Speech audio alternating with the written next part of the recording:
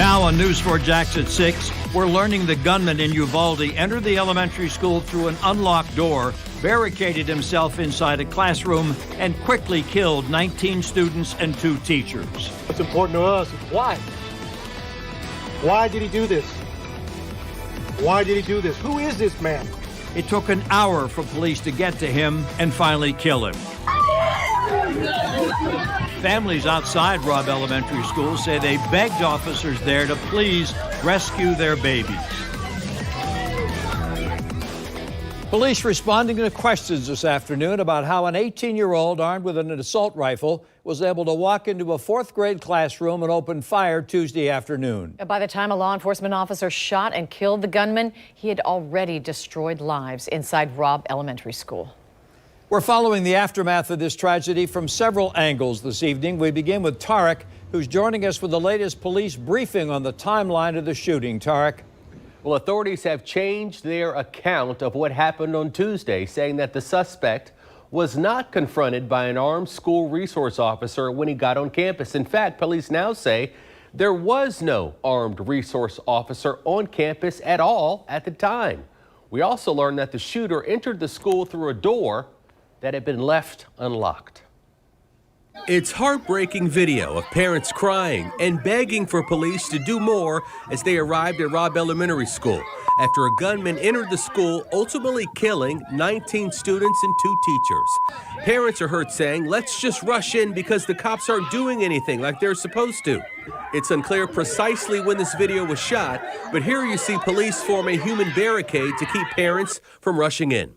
According to police, at 11:28 a.m., they received reports of a crashed vehicle and a man with a backpack, body armor, and a rifle approaching Robb Elementary School.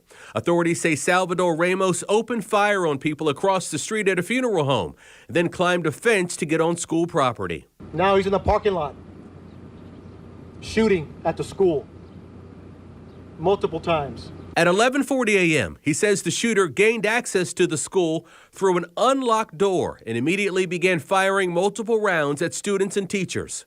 4 minutes later, local police departments, Uvalde Police Department, the Independent School District Police Department are inside, making entry.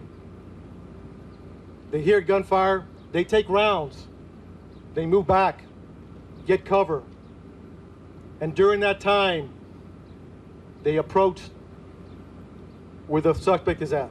Escalon says the gunfire subsided as officers took cover inside the school, calling for additional resources while others evacuated students and school personnel. It wasn't until approximately an hour after the attack began that Border Patrol and tactical teams arrived and shot and killed Ramos. How it is that your officers were in there for an hour, yes, rescuing people, but yet no one was able to get inside that room. Shimon, we will circle back with you. We want to answer all your questions. We want to give you the why. That's our job. So give us time.